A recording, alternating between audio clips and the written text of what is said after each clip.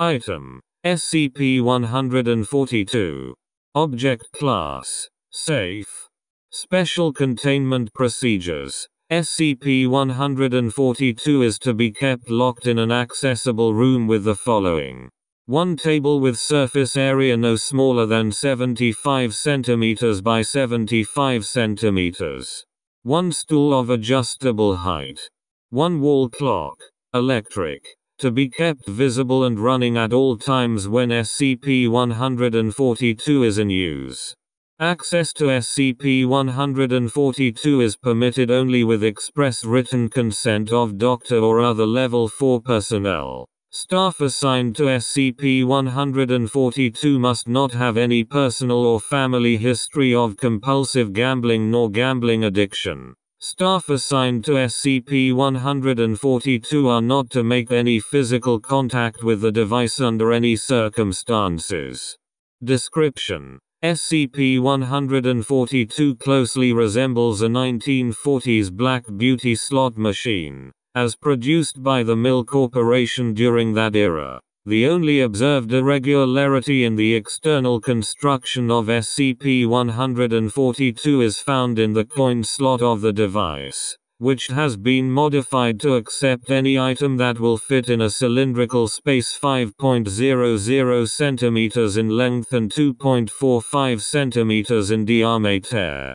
When any object of appropriate size, hereafter referred to as the bed, is dropped into the input chute of SCP-142, the device may be operated as is customary for a slot machine of this model. Should the tumblers come to rest in a losing configuration, the bet is lost and cannot be recovered. However, in the event that the tumblers come to rest in a winning configuration, between 2 and 200 indistinguishably identical copies of the bet are dispensed from the output chute of the machine. In the event that the bet consists of multiple objects, the output of the device, if any, consists of a random assortment of duplicates of the wagered items. Test data reveals the median payout from winning configurations to be 10 items, regardless of the number of items inserted.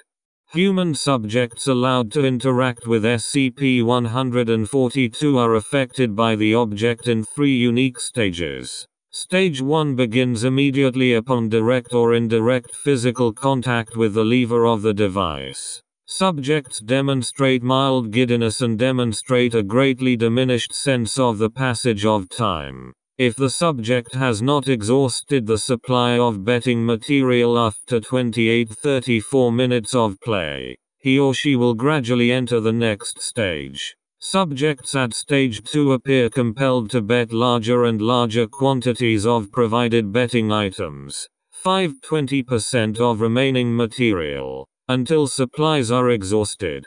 Subjects also express the delusion that they are winning more frequently as a result of their altered betting strategy. In spite of this belief, the frequency of payout seems to be somewhat reduced at this stage.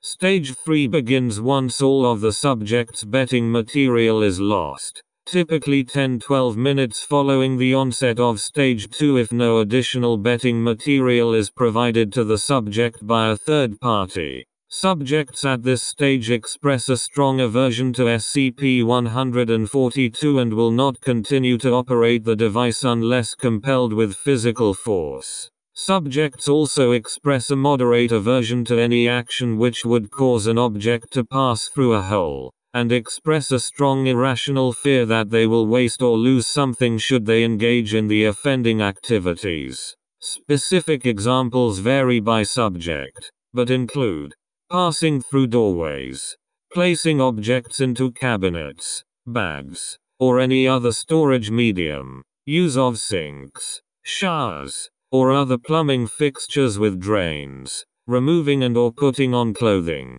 sexual intercourse, and, most commonly, eating. Roughly 62% of subjects that reach Stage 3 will expire due to starvation or malnutrition unless actively compelled to eat or provided nutrients through other means. Any subject restrained or otherwise removed from interaction with SCP-142 during Stage 1 will recover in full within 1 hour. However, Stage 2 subjects separated from the device will enter Stage 3, and the effects of Stage 3 have proven permanent in all cases. Subjects in Stage 3 should be terminated at the conclusion of each experiment.